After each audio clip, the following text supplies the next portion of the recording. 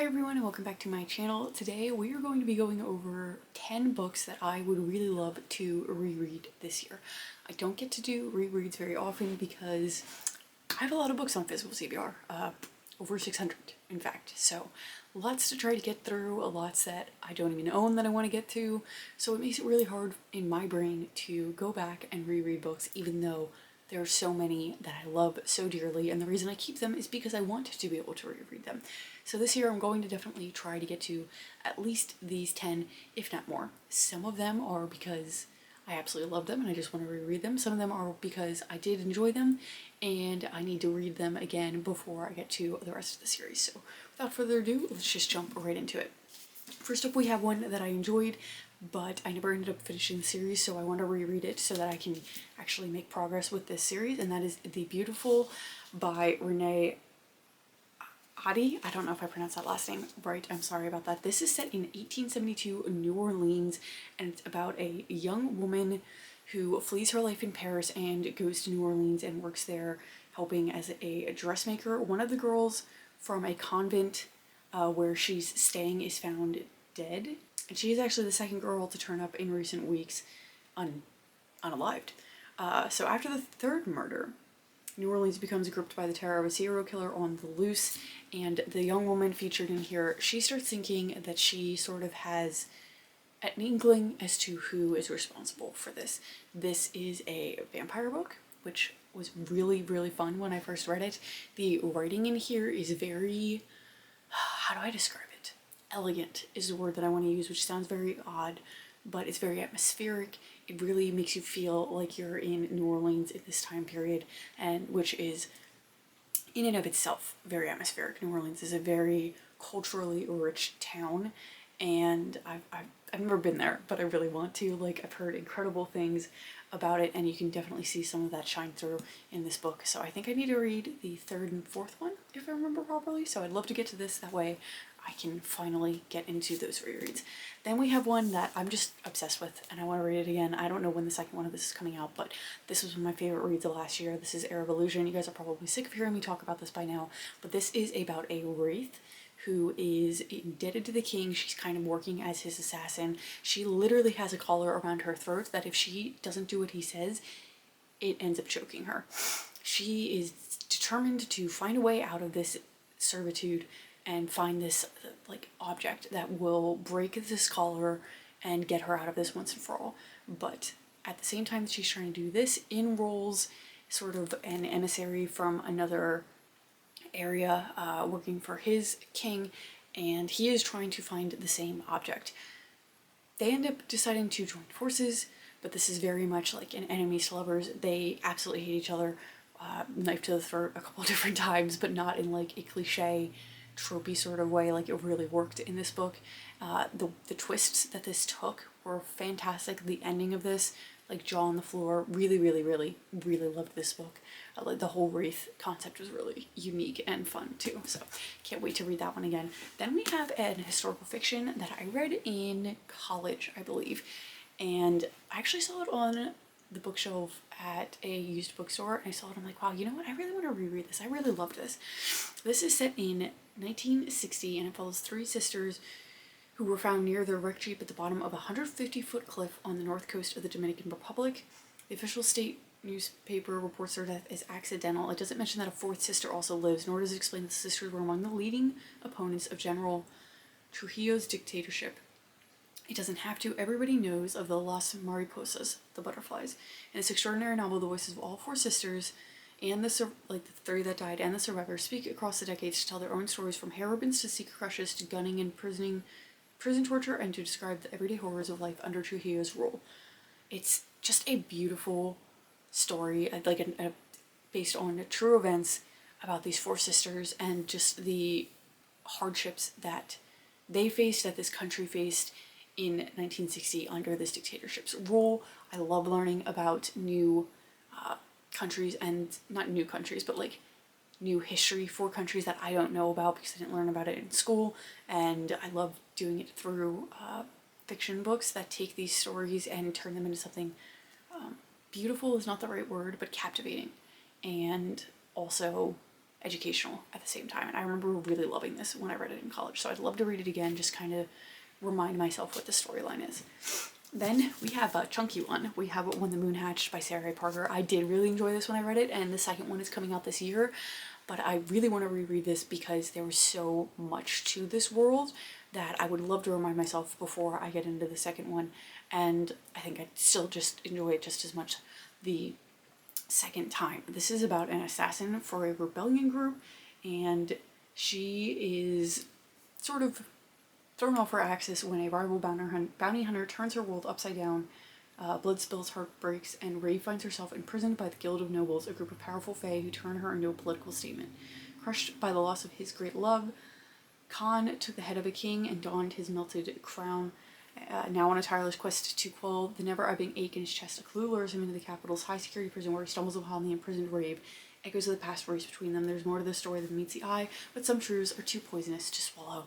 I remember being very captivated by the way that magic worked in this world, the function of dragons in this world, because it's not the typical way that you would see dragons presented, and I just really, really loved it. So I want to reread it again. Obviously, I do forget some of the plot since I read off the back of here and didn't try to give you a description, but I do remember really enjoying my time reading this, so hopefully I will the second time.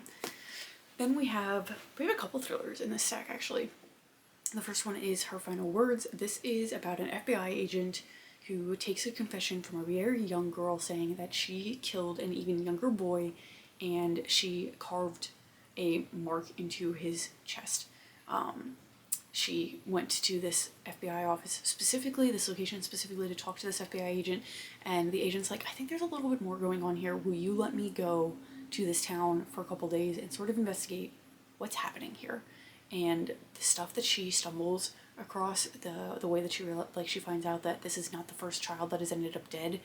I was on the edge of my seat reading this. I stayed up all night one time reading through this book at a time when I was not staying up all night because of work, and I just couldn't put it down. I was obsessed, and I really just want to feel that way again. So I'd love to read that. Then we have one called Splinter in the Blood. So this is about a detective who has been hunting down a serial killer known as the Thorn Killer, and her partner ends up shot in his house. She's the only one that's there, and she ends up wiping the room clean and taking him to the hospital instead of sort of following the protocol that she should be. So now that her partner is in the hospital, she is determined to try to hunt down this serial killer, but she definitely has secrets that she's been hiding and everything since she decided to cover up this crime when her partner was shot. I don't remember a lot of the premise of this, if I'm being honest, but I remember loving it a lot. It was very twisty, so hopefully it is the second time too.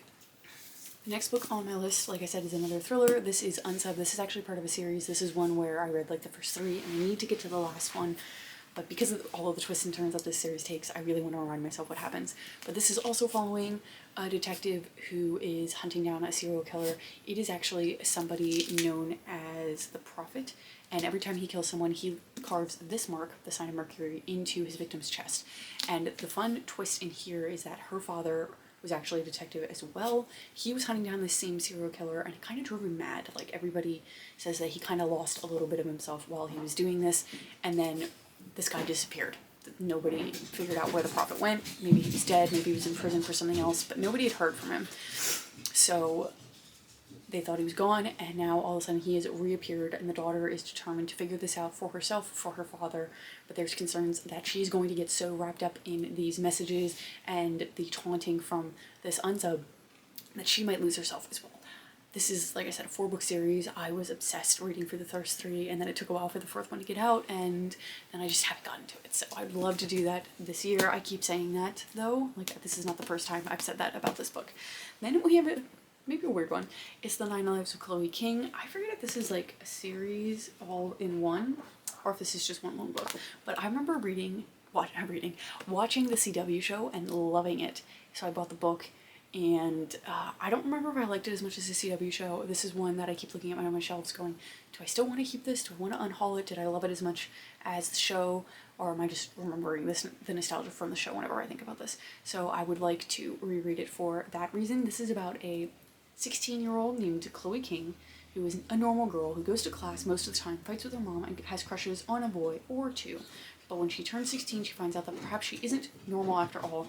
There's heightened night vision, the super fast reflexes, and the claws. She finds out that she has 9 lives, but will they be enough? She might be maybe being hunted down by somebody that she doesn't understand why.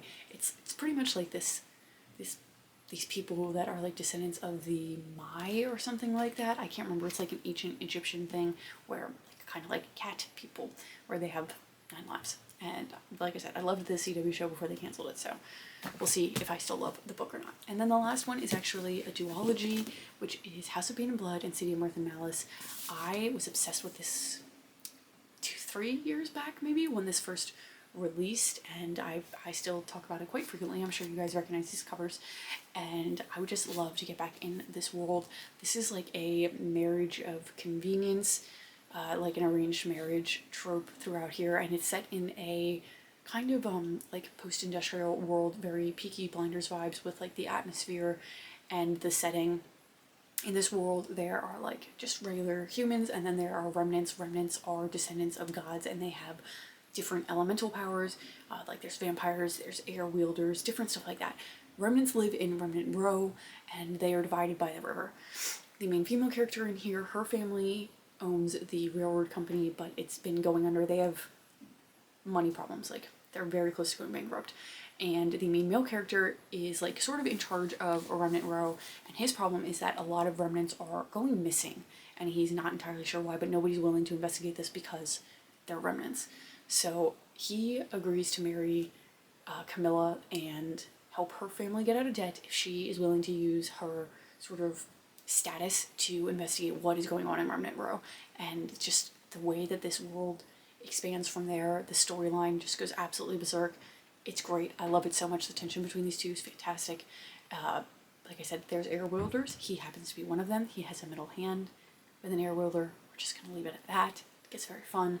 I was obsessed with these books. Like I already said, I think I own 3 editions of these, so I just want to reread them because they were favorites, and I haven't gotten to them in a little bit. And I'm desperately like clawing at the bars of my enclosure for her to release another book, but I don't know when she's going to be doing that. So those are the 10 books that I would love to reread this year.